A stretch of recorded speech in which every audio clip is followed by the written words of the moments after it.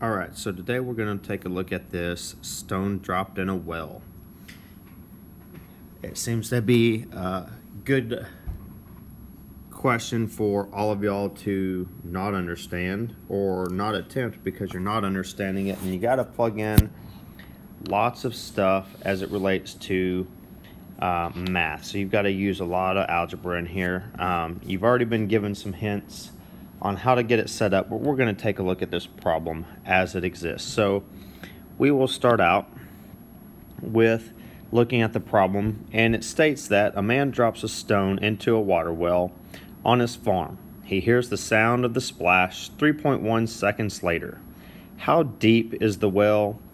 The acceleration due to gravity is 9.8 meters per second squared, and the speed of sound in air is 314 meters per second for this particular equation that we've got going here. So first thing we need to do, again, always understand what the question is asking, then start working with the variables. So what we've got, and I'm going to draw this on the side here, is we've got this rock, and it's getting dropped. Right, and we know as it gets dropped, it's gonna get further and further away. And you have to bear with my picture; it's not so pretty. I never said I'm an artist, but I am trying. Right, so this rocket falls and goes splash. All right, and then the sound of that splash comes back up, and it gets to us. Okay, so we've got several things going on. The first thing that we hear. We need to understand is that when it mentions time of 3.1 seconds, that is the total time. All right, that's not taking into consideration the rock falling and the sound coming up. It is both together, right? And if you're wanting to look at the total time, then you need to actually go over here, right, and understand that the total time is the time for the rock to fall plus the time of the sound to travel back up. And so there's two different things we have going on here. First off is the rock. So let's break this down. And so we've got the rock portion.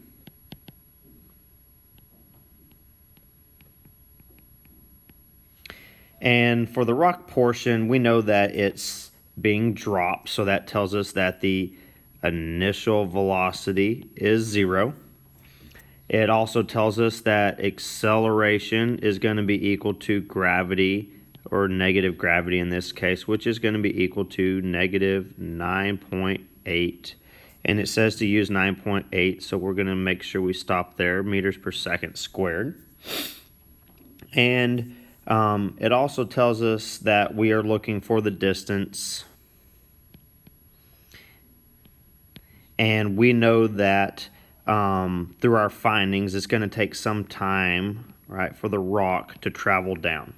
And again, we don't know that one yet. We know it's some portion of 3.1 seconds, so we don't know the total portion. Now, let's go ahead and set up an equation that we would need to look at this guy. And so for this part, we would go look through our kinematic equations. We would find that D is equal to V naught T plus 1/2 AT squared. Okay, well remember we started from rest, so that goes away. So we're really left with D is equal to 1/2 AT of the rock squared. We should put the rock on there so we know which time we're talking about. We're not talking about the total time, but the time for the rock to fall. Okay, and so we're kind of stuck here because we have two unknowns and one equation, right? We don't know distance, we don't know the time of the rock. So now let's go back and let's look at the sound, right? Well, sound, it says, is this is the sound portion of time, and it says that the speed of sound in air is 314 meters per second. So that's the velocity, right, of sound, and that's 314 meters per second. And we have to know that that is constant. It is always going to be constant. There's nothing that's going to affect the sound for problems like this. And so when we have constant velocity, we know we can use the equation d equals vt. Now remember, this is the time for the sound, the velocity of the sound, and we can leave d the same because the same distance is traveled by the rock as is the sound. Okay, so now we can start taking a look, because we have one equation, two equations, and three equations, right? And for unknowns, let's just write this. We have t of the rock, we have t of the sound, and we have the distance or displacement that's being looked for. All right, so we have three unknowns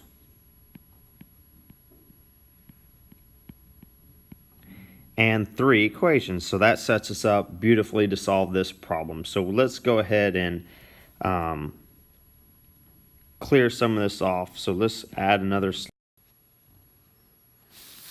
All right, so we started with all of this information for this rock and this stone, and so now let's go ahead and rewrite our equations, and that's where we want to start this guy. And so our equations will be written in red. So first equation, we had d is equal to vs times ts. Second equation, we had that d is equal to 1/2. That was GTR squared. And then we had the third equation, which was our total time is equal to our time of the rock plus time of sound. Now, the thing to remember for this guy, all right, the displacement we know is down. Okay, so I'm going to write these in blue just for emphasis. And we know gravity is negative. Well, when you have a negative on both sides, okay, understand those can cancel. Okay, so we can strike through that, and we're left with just our d equals 1/2 GTR squared. All right, and that'll be significant when we plug in our information in these equations in just a minute. So let's go ahead and rewrite our givens again. So we had that t is equal to 3.1 seconds. We had that v naught was 0, vs was 314 meters per second, and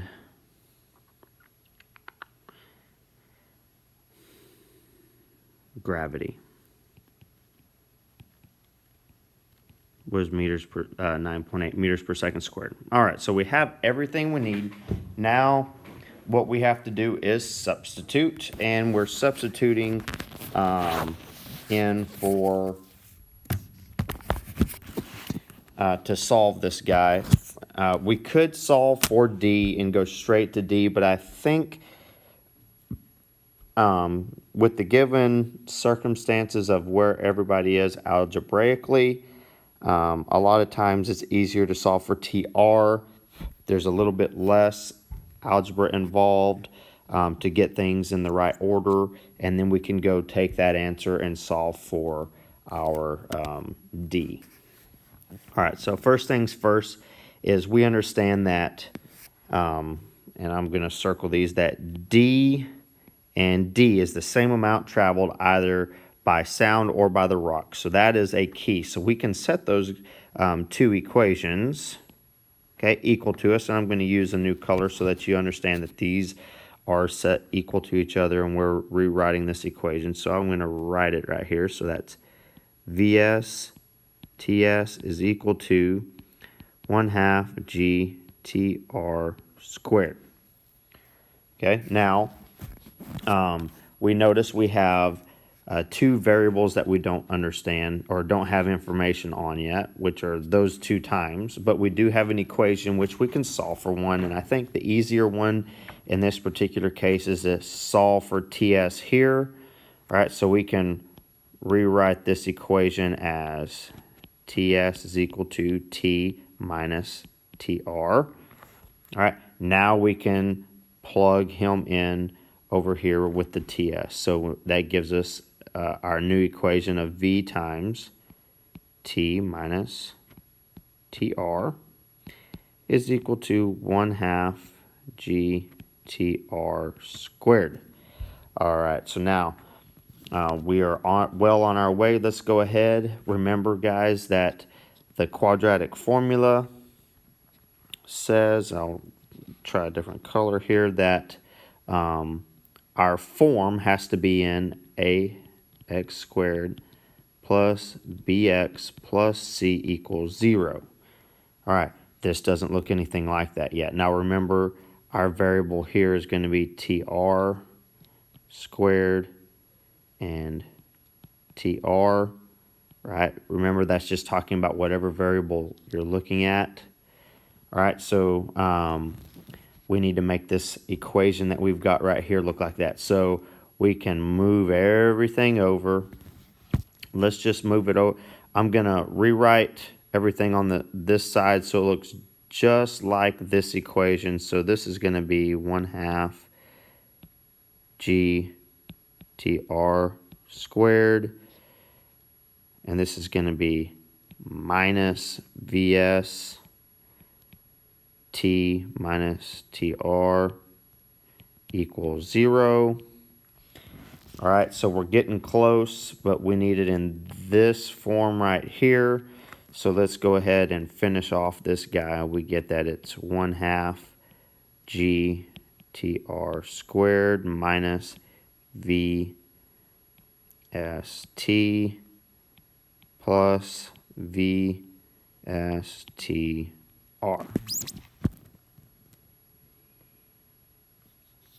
equals 0. And of course, it's not arranged properly, so I'm going to make sure I rearrange. I probably should have done it the first time, but I was letting you know I'm just multiplying this throughout the parentheses first before we get into any kind of interesting stuff there. So here we have 1/2 GTR squared plus VSTR minus VST equals 0. And that is awesome because this is our C, this is our B, and that is our A. All right, so now we got to look at the quadratic equation, and if you don't remember it, I'm going to remind you, and you can write it as we sing it. And so that would be the quadratic formula is negative b plus or minus the square root of b squared minus 4ac all over 2a. There we go. Not the prettiest of formulas looking there as I have it written, but it will suffice. Now remember that this little guy right here tells us that we're going to have all this written out for a positive and all of it written out with a negative in there. And so that'll look something like this. Let's go ahead and plug in our numbers here. So 1/2 of 9.8 TR squared plus 314 TR minus 314 times 3.1 equals 0. So that becomes 4.9 TR squared plus 314 TR minus, multiply those together, you get 973.4, and that equals 0. All right, so let's go plug in. So here we have negative b, so that's negative 314. We'll do the plus first, it's on top, and then we'll take the square root of all this fun stuff. So that would be 314 squared, for those that need it to be seen correctly. It's going to be minus, and this is going to be 4. times 4.9 and times a negative 973.4. That's going to be all over 2 times 4.9. Okay, and we're going to get an answer for that guy. Then we're going to rewrite all this without the positive. We're going to actually put negative, and that would be 314 squared minus 4 times 4.9, make it look the same, times negative 973.4 over 2 times 4.9. And you'll get an answer for this guy. And so when we plug those guys into our calculator, we should get, and I'm doing it right now, so it may take me just a second to get everything in there.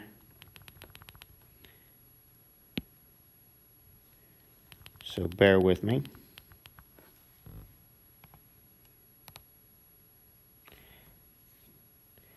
So we get that this becomes 2.963 seconds. Okay, and we get that the next one becomes, and again, if you've got the calculators that can go up to the previous submission, just hit that, change your plus to a minus, and you get that it's 67, negative 67.0446 seconds. And I hope it's readily obvious, so we can put that as one of our answers, that this guy cannot work, negative time doesn't, and that this guy right here makes sense because our total time is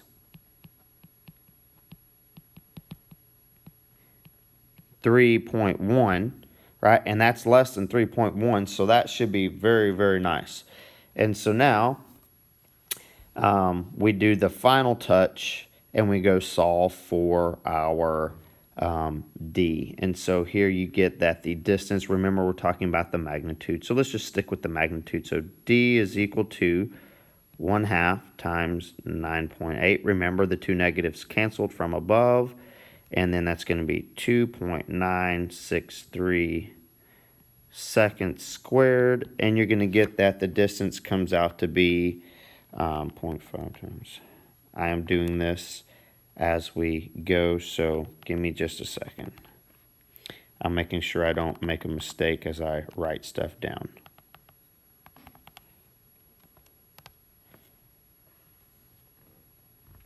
We get that our displacement is going to be 43.0189 meters. That is the final answer. All right, I hope that helps clarify some stuff, maybe shows you how to use the quadratic formula a little bit. And as you can see, this is probably the second or third time you've seen this, so it might come up somewhere along the line. Handy dandy tool. All right, have a good one.